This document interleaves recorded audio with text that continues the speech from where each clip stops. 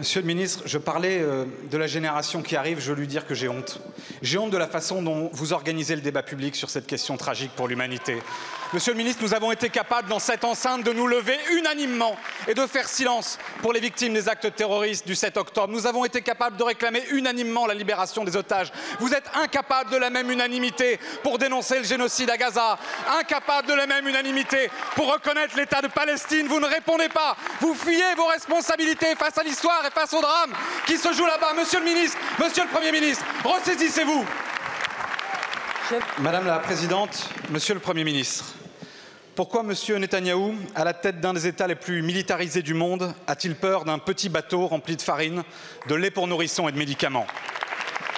Pourquoi s'être comporté comme le chef d'un gang de voyous, en l'interceptant en pleine mer, violant les conventions internationales, foulant aux pieds le droit humanitaire et les valeurs fondamentales de toute civilisation?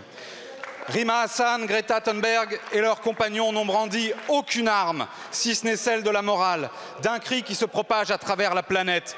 Assez de femmes, d'hommes, d'enfants affamés, bombardés, asphyxiés, assez du massacre.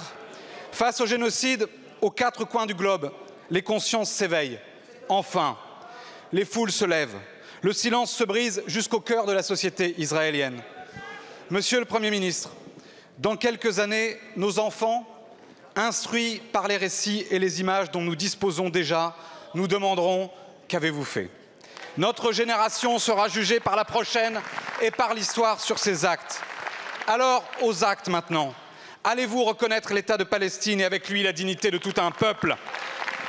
Allez-vous décider de sanctions dissuasives contre Israël, d'un embargo sur les armes, de la fin de toute forme de complicité par l'inaction? Monsieur le Premier ministre, la République française va-t-elle se hisser là où l'appellent ses valeurs, du côté de l'humanité?